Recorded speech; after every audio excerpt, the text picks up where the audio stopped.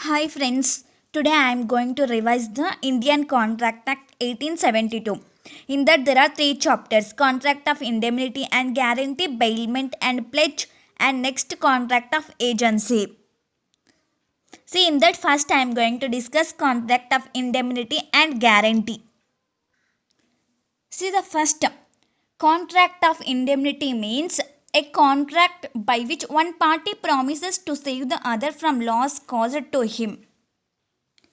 See, a contract by which one party promises to save the other from loss caused to him by the conduct of the promiser himself or by the conduct of any other person is called contract of indemnity. Here parties indemnifier and indemnified.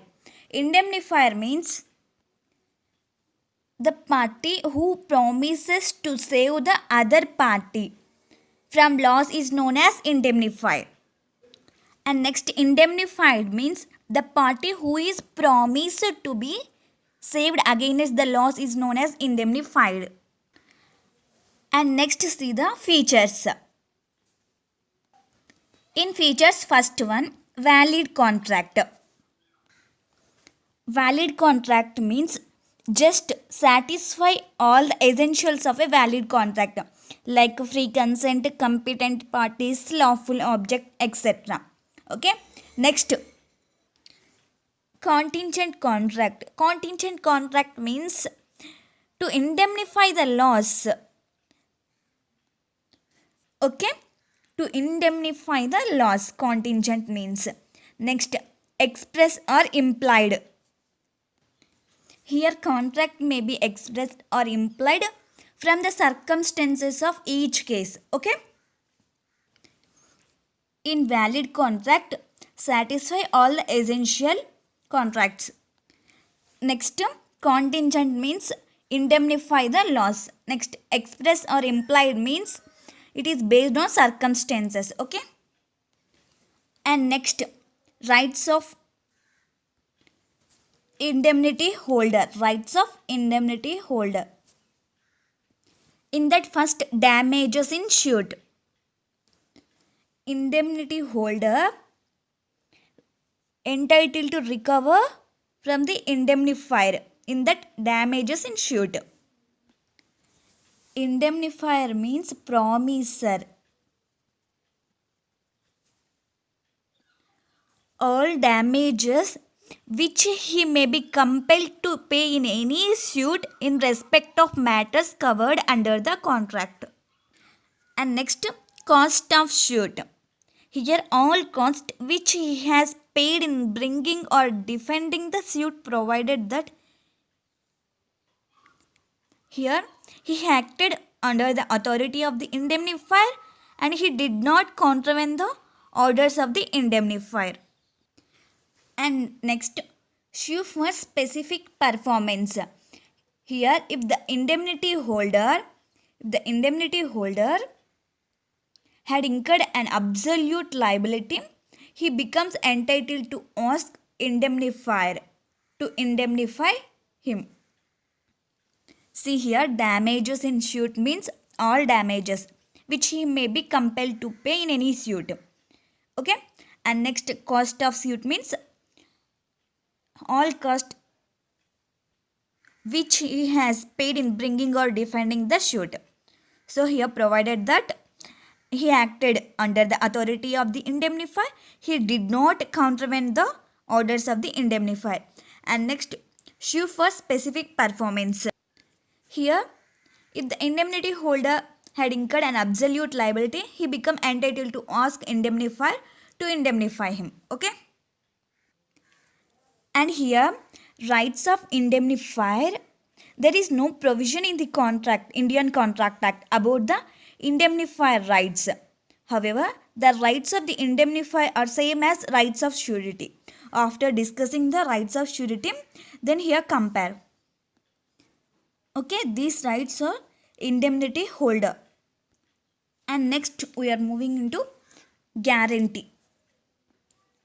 Contract of guarantee. Contract of guarantee means a contract to perform the promise made or discharge the liability incurred by a third person in case of his default. Here there are three parties: creditor, principal, debtor, surety. See here, creditor means the person to whom guarantee is given. Principal debtor means the party in respect of whose default the guarantee is given. And next, surety means the person who gives the guarantee. Okay? Generally contract between principal debtor and creditor. See, here principal debtor default any guarantee given, then surety will responsible to pay creditor. And see the next features of guarantee. In that first one, triparty guarantee. Triparty guarantee means guarantee between creditor, principal, debtor and surety. Triparty means three. Okay? Guarantee between these three. And next, concurrence. Concurrence means consent. Contract of guarantee requires the consent of all these three parties. Okay? And next, essentials of valid contract. Here see, if the principal debtor need not be competent to contract. If the principal debtor is incompetent to contract, the guarantee is valid. Incompetent also, guarantee valid. But if surety is incompetent to contract, the guarantee is void. And here, no separate consideration is required for surety. Anything done or promise made for the benefit of the principal debtor is sufficient consideration to the surety for giving the guarantee. Okay? And next, express or implied. Contract of guarantee can be oral or written. It can be express or implied. Okay? Next, types of guarantee.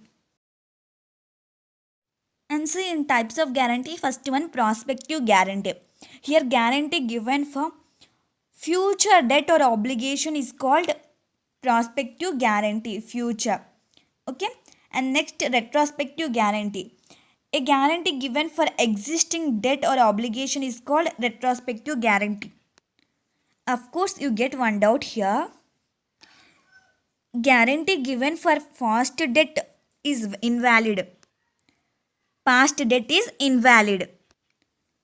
But if some fresh consideration is moving from the creditor to debtor at the time of guarantee, it is valid. Okay? And next, specific guarantee. Here, this guarantee is for specific or single transaction. It ends when the debt is discharged or promise is performed. Okay? And next and last guarantee, continuing guarantee. This guarantee is for a series of transactions. Liability extended till the revocation of guarantee. Okay? And see, prospective guarantee means guarantee given for existing debt or obligation. Retrospective guarantee means guarantee given for existing debt or obligation. Next, specific guarantee means guarantee given for single transaction or specific transaction. And next, continuing guarantee means series of transaction. Okay? And next, we are moving into differences between indemnity and guarantee. See, in differences first, meaning. In that first, indemnity meaning contract by which one party promises to save the other party from loss caused to him. And next, guarantee. Here, guarantee means to perform the promise or discharge the liability of third party in case of his default. And parties in indemnity, indemnifier, indemnity holder. And in guarantee parties, creditor, principal, debtor, surety. Okay? And next, nature of liability. Liability of the indemnifier is primary and independent. and surety liability is secondary and conditional. Okay, and next, purpose. Here in contract of indemnity, to reimburse the loss. In contract of guarantee, to provide the security, a debt or performance of the promise. Okay, and so the next, time of liability. Liability of the indemnifier arises only on the happening of a contingency. Okay, and next, in contract of guarantee, liability of the surety is secondary, that is, it arises only on the default of the principal debtor. Okay, and next, competency to contract.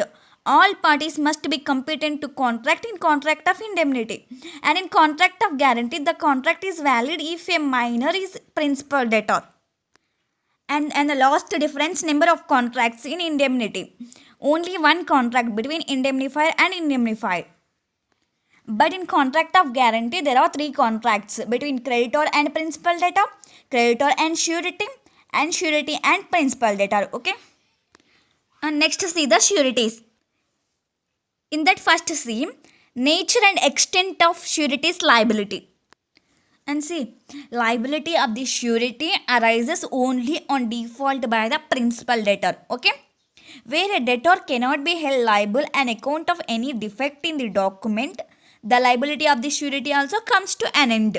Okay, surety liability continues even if the principal debtor has not been sued or is omitted from being sued, because the liability of the surety is separate in the contract of guarantee. Okay, and also, if the principal debt is illegal or unenforceable, the principal debtor as well as surety shall not be liable.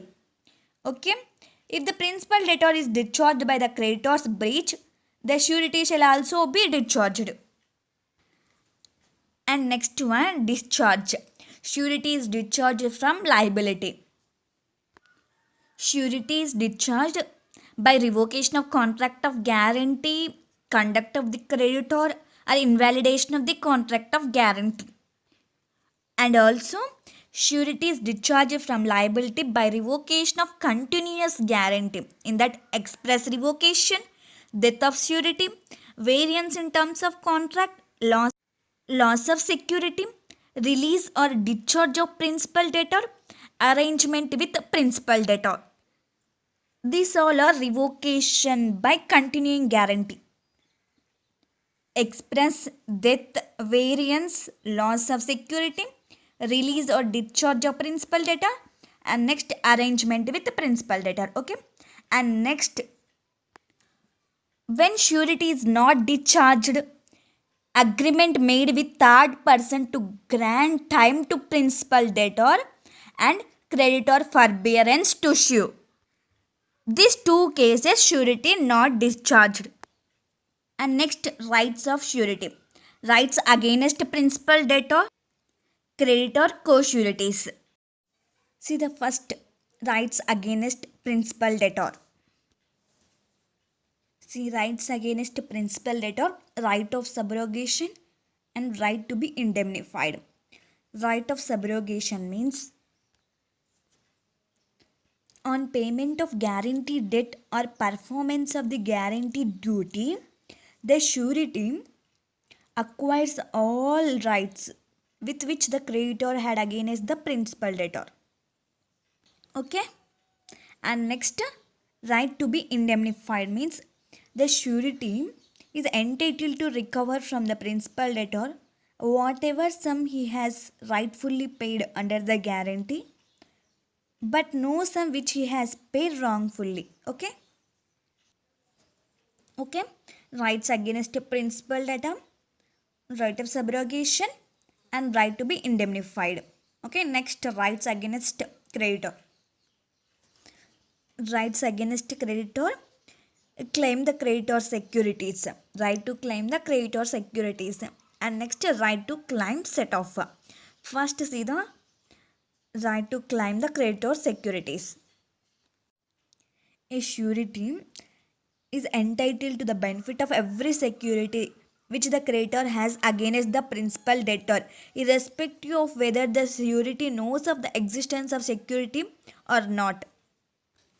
And also, if the creditor losses or parts with the security without the consent of the surety is discharged to the extent of the value of the security. Okay.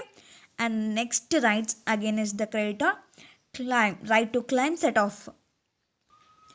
Surety has right to claim set off if any which the principal debtor had against the creditor in case the creditor sues him for payment of the principal debtor. And next, surety rights against the co-sureties, liable to contribute equally and bound in different sums and release of co-surety.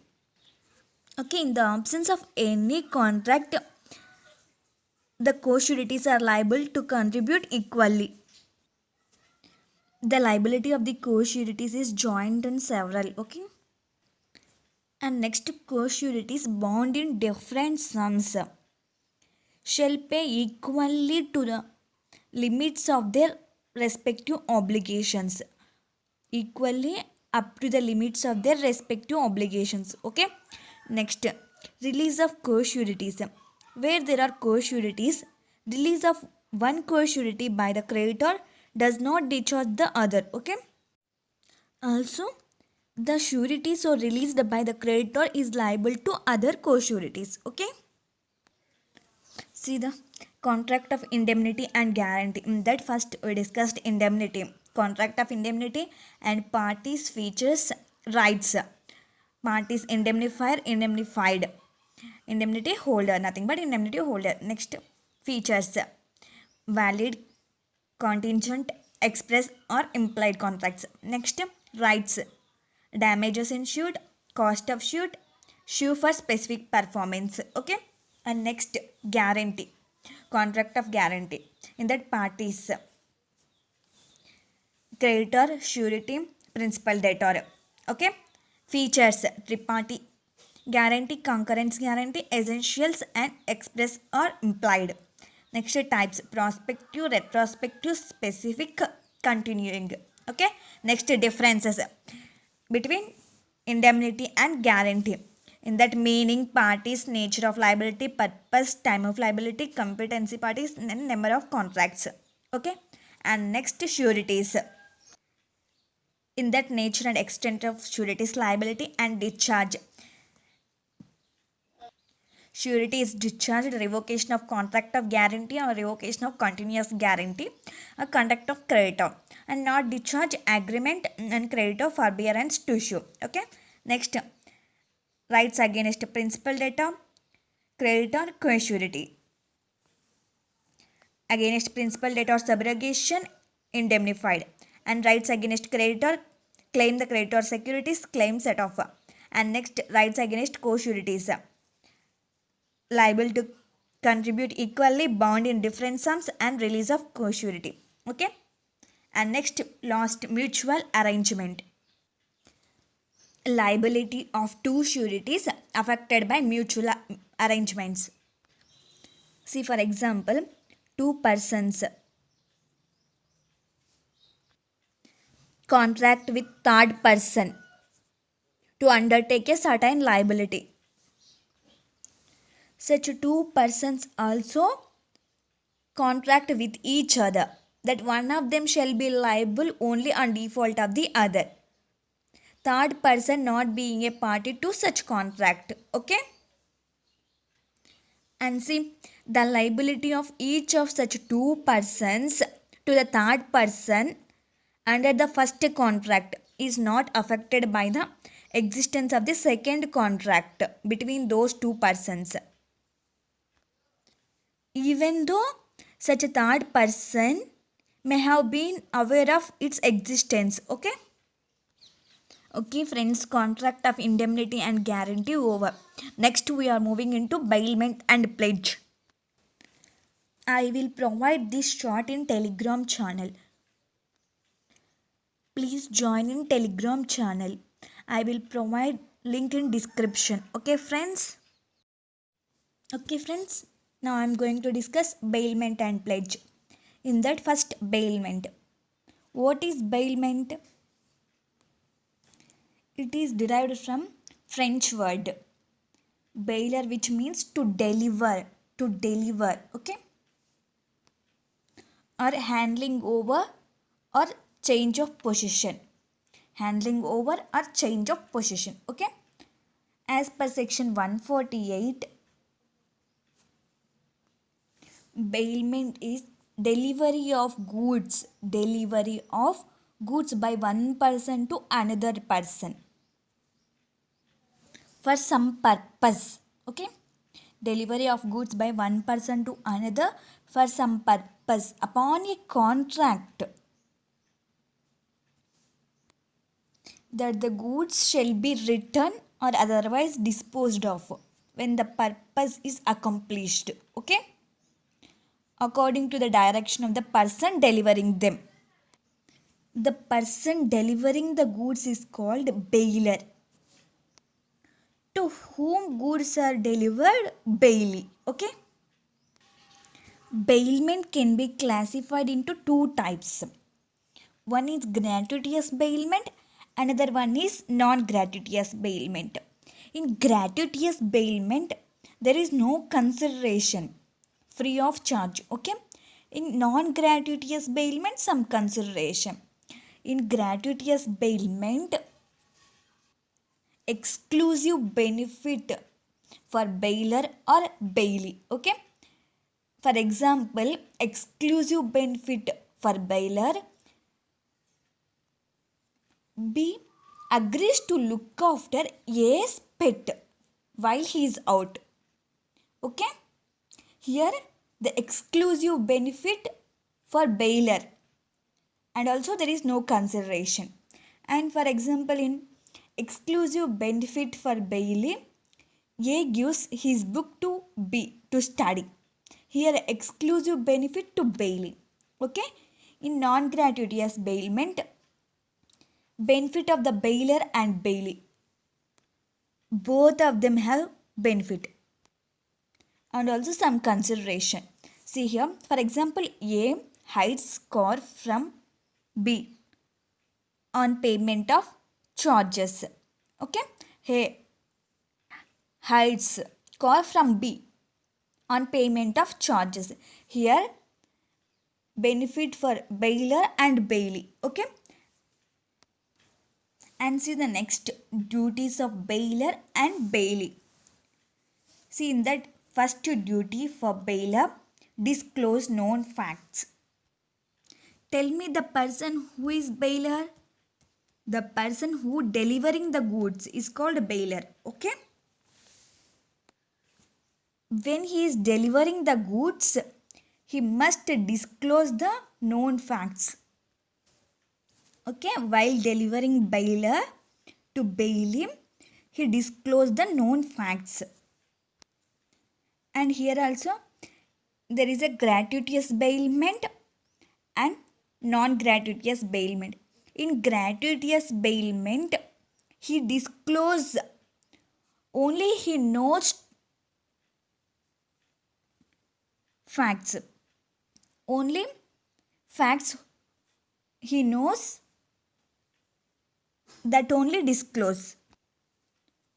So in gratuitous bailment, bailer is liable to disclose all the faults known to him, okay. And in non-gratuitous bailment, bailer is liable to disclose all the faults whether knows to him or not.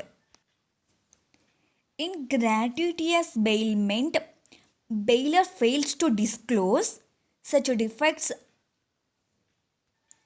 If bailee suffers some loss, then bailer is liable to indemnify bailee against such loss. Okay, in non-gratuitous bailment, if the bailer fails to disclose such defects and bailee suffers some loss, then bailer is liable to indemnify bailee against such loss, whether he knows those defects or not. Okay. And the next duty of bailer, bear necessary expenses. Bear necessary expenses. In that gratuitous bailment, bailer shall repay to the bailee all necessary expenses incurred by him for the purpose of bailment, that is ordinary and extraordinary expenses. But in non-gratuitous bailment, it is sufficient for the bailer to repay extraordinary expenses incurred by bailee for the purpose of bailment. See, in gratuitous bailment, both ordinary and extraordinary expenses. In gratuitous, in non-gratuitous bailment, only extraordinary expenses repay. Okay? And next duty of bailer, indemnify bailee. In that gratuitous bailment, bailer may prematurely terminate the bailment.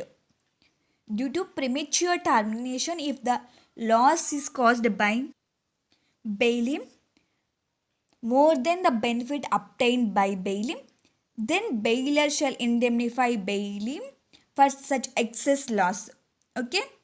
And in non-gratuitous bailment, it amounts to breach of contract and general provision of breach of contract will apply. Okay? In indemnify bailee. And next duty, bailer duty, bound to accept the goods.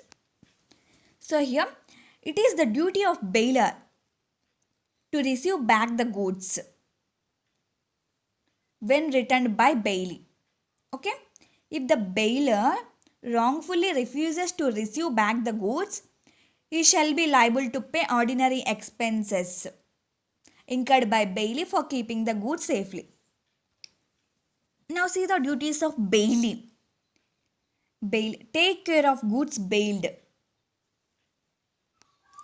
He take care of goods as a man of ordinary prudence.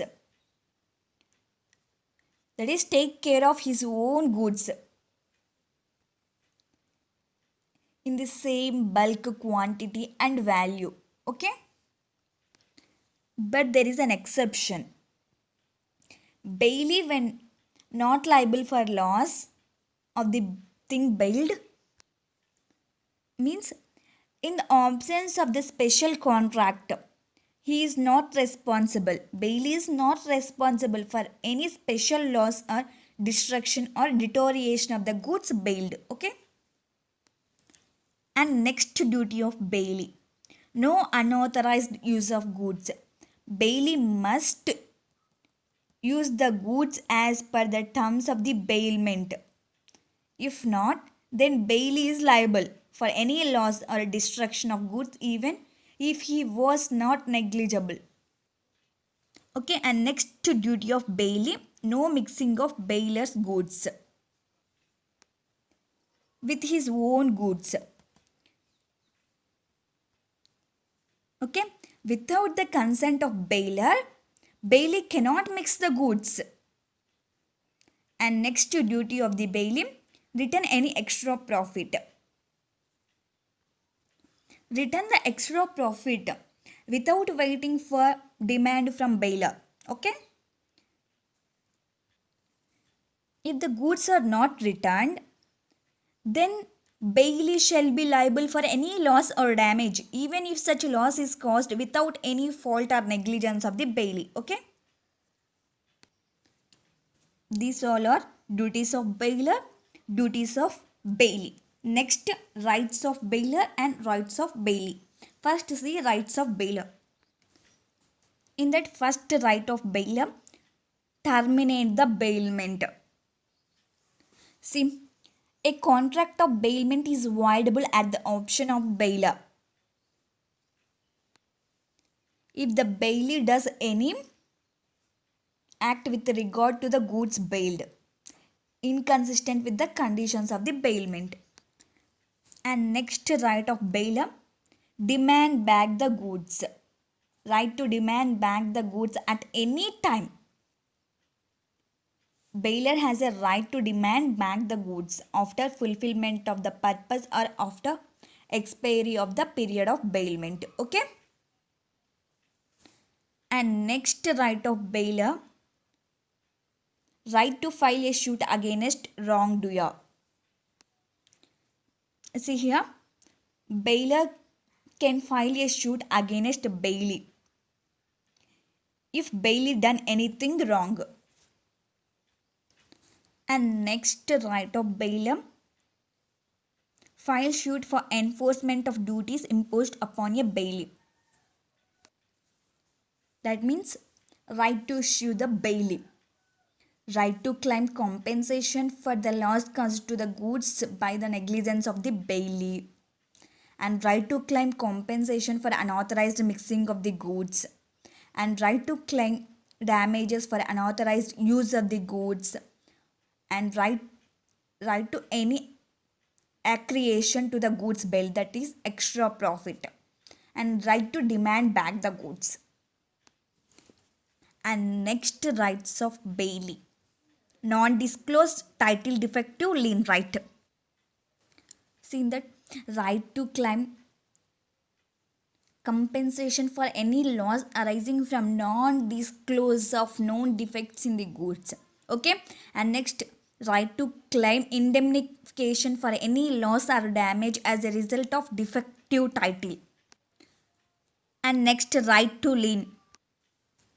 Right of lien exercisable where charges due in respect of goods retained have not been paid. Okay.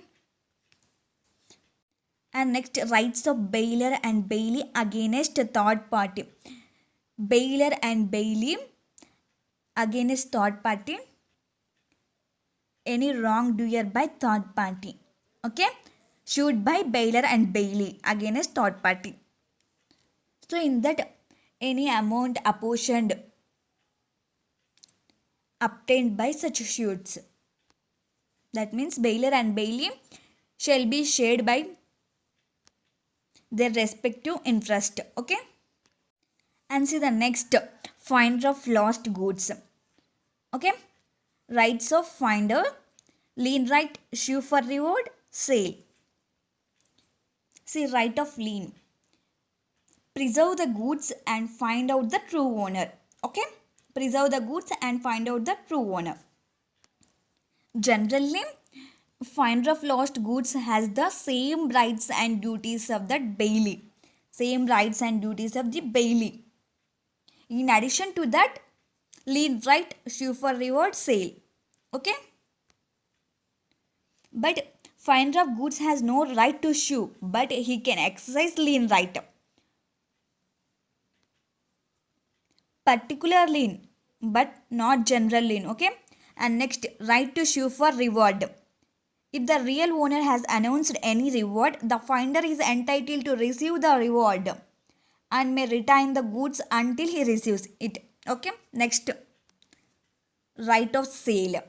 If the real owner cannot be found with reasonable efforts, or if the owner is found and he refuses to pay the lawful expenses incurred, or if the goods are about to perish, or if the goods are about to lose the greater part of their value, or if the lawful charges of the finder in respect of the goods found amount to 2/3 or more of its value, then finder of the lost goods can sell.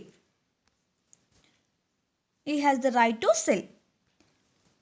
Okay. And next, termination of bailment. When bailment terminate? Expiry of the fixed period. Fixed period expired, then bailment terminate. Next, achievement of the object and death of the bailier and bailee. Inconsistent use of the goods, destruction of subject matter. Any one of these happen, then bailment terminate. Okay. And lost concept, differences between bailee's general lien and particular lien. In general lien, right to retain any property of the bailiff for general balance of account outstanding. Okay. But in particular lien, it is the right to retain the goods only for a charge for laborer employed or expenses incurred upon the goods. Okay. And in general lien, not automatic. It arises only when there is a specific provision in the agreement. Okay, but particular lien automatic. Okay, general lien may be exercised even no labor or skill has been rendered, but particular lien available only when some services involving the exercise of labor or skill has been rendered. Okay, examples of general lien: banker, factors, warefingers, policy brokers, etc. But in particular lien examples: bailey, finder of lost goods, pledge, unpaid seller, agent, partner, etc. Okay, this is all about bailment. Next, we are moving into pledge. I hope bailment is clear. This is a revision lecture, so I am revising it in short form. Okay, and see the pledge. And see the pledge means the bailment of goods as security for the payment of debt or performance of a promise is called pledge. Okay, and the person who pledges or bails is known as pledger or paner. Okay, and the bail is known as pledgee or pani. In pledge, there is no change in ownership of the property. Okay, pledge is a special kind of bailment. All essential elements of bailment must be present in case of contract of pledge also. This every contract of pledge is bailment, but every contract of bailment need not be pledge. And see the rights of pani. Rights of pani. Rights of retainer. Retain the goods for the payment of the debt, interest on debt, any other expenses incurred for the preservation of the goods pledged. Okay, pani right, retain the goods. And also pani has a right to retain the subsequent debt also, but he can exercise such right only when it is specially mentioned in the contract. Okay, and next, extraordinary expenses. Pani is entitled to receive extraordinary expenses incurred by him for preservation of goods pledged. Okay, and next, and also pani right where paner makes default,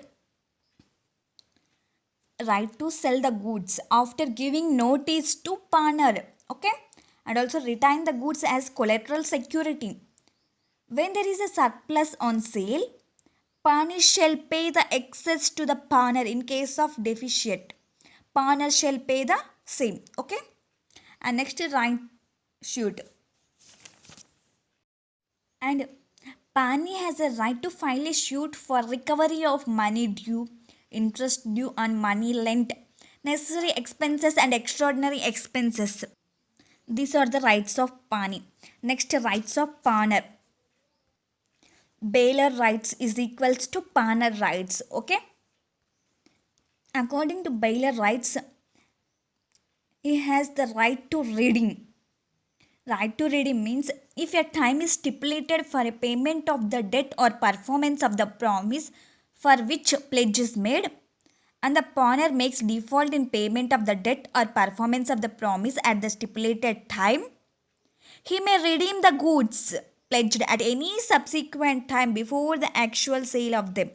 But he must in that case pay in addition any expenses which has arisen from his default.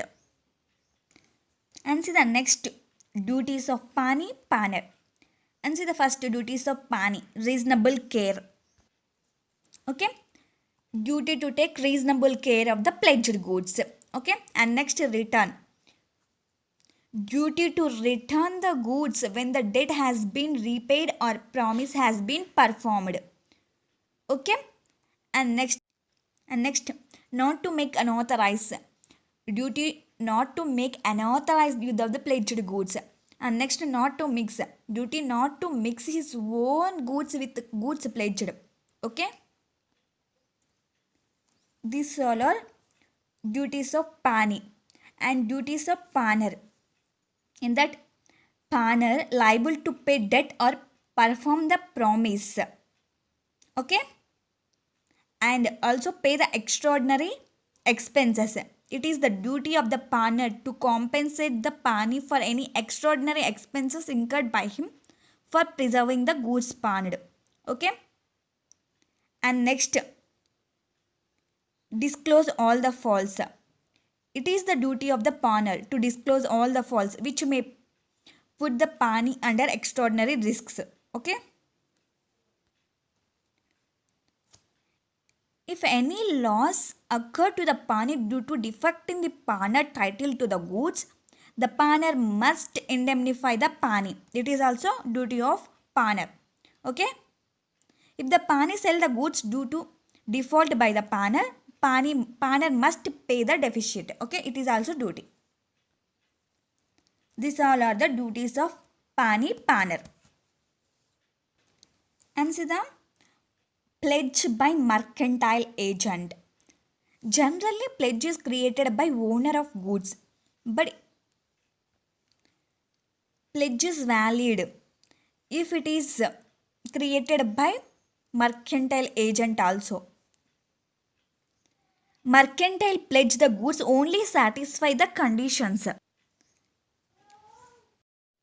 Must possess the goods or document of title of the goods. Okay, and next one, with the consent of the owner of the goods he can pledge. And next, such pledge is done in the ordinary course of business only. Okay, pani acts in good faith, and at the time of pledge, pani has no notice that paner has no authority to pledge. Okay, in these cases, mercantile agent can pledge the goods by pledging the documents like bill of lading or railway receipt, etc. This is all about mercantile agents. After satisfying the conditions, he can pledge the goods. Okay, rights of paner pani over and duties of paner pani over, and next, pledge by mercantile agent. This is all about pledge concept. And see the next differences between bailment and pledge. In that first one, purpose. In bailment, bailment can be done for any purpose, but in pledge, it is made for specific purpose only, that is security against payment of debt or performance of a promise. Okay, next, right of sale. In bailment, bail has no right of sale, but in pledge, pani can sell the pledged goods if paner fails to pay or perform after giving notice to paner. Okay, and next, right to use. In bailment, bailee may use the goods bailed as per the terms of the contract. But in pledge, pani does not have right to use the goods pledged. Okay, and next, possession. In bailment, remains with the bailee till the purpose of bailment is achieved. Okay, and in pledge, sometimes goods remain with the pledger for some special purpose. For example, loan taken on inventory. And next, consideration. In bailment, there may or may not be consideration, but in pledge, consideration will always there in case of pledge. Okay, and next, discharge. In bailment, when the purpose is fulfilled or after a specified time, then discharge bailment. In pledge, on the payment of debt or performance of promise, then pledge is discharged. And next, return of goods. In bailment, bail is bound to return the goods on demand by bailer. In pledge, till the debt is repaid, pledge is not bound to return the goods given as security. Okay, this is all about differences between bailment and pledge. Okay friends, next we are moving into agency. I hope bailment and pledge is clear for you. That meaning, agency appointment and authority. Agent is appointed by principal. Relationship between an agent and principal created by an express or implied agreement. Okay, authorizing an agent by his principal to create contractual relationship with third parties. Person so appointed to represent the principal is called agent. To represent the principal is called agent. Okay, whereas a person who appoints an agent to represent him as per his directions and authority is called principal. Agency can be either express or implied. Okay, and next, subagent, substituted agent, both are different. See, the first, subagent means original agent, agent appointed subagent. Subagent is appointed by the original agent in the business of agency under his directions and control, and being responsible to the principal for the acts of a subagent. And substituted agent means this person is also known as agent itself. Okay, this person is also appointed by express or implied to act for the principal in the business of agency. Okay, and next see the ratification. And see, in ratification, as a ratification means any act done by the agent on behalf of principal without his authority, without his authority, or with authority. When he done without his authority any acts on behalf of principal, principal ratify them, then when he done anything with his authority, same effect will arise. When he ratify means acceptance. When he accept the things without his authority, agent anything done. Okay, I hope this is clear. And next see the revocation of authority. When agency terminated, when principal revoke his authority, then agency terminated. Or agent renouncing the business of agency, then terminated. Okay, and also if business of agency being completed, then terminated. Or either the principal or agent dying or becoming unsound mind, then agency revoked. Okay, these all are the cases of revocation of authority. That means an agency terminated. Okay, next, duties, rights. Agent duties and rights. See the first duty of agent: conduct the business according to principal directions. Okay, and next, conduct the business with skill and diligence. Okay, and render proper accounts. These all are the duties of agents. Okay, next, duty to pay. Agent's duty to pay sums received for principal. Next, communicate with the principal in case of difficulty. Okay, and same rights are also same: principal direction, skill and diligence, proper accounts, and communicate with principal in case of difficulty. Okay, and next see the effects of agency on conduct on contract with third parties. And see, principal liable for the acts of agent which are within the scope of his authority. Okay, and a principal not bound when the agent exceeds authority. Okay, and also principal not bound when the excess of agent authority is not separable. Okay, these all are the effects of agency on contract with third parties. I hope contract of agency clear. Okay, I will provide these charts in Telegram channel. Please join in Telegram channel. Okay, Indian Contract Act 1872 over. Next, we will discuss another chapter. Okay, friends, all the best. Do well, prepare well. Bye, friends.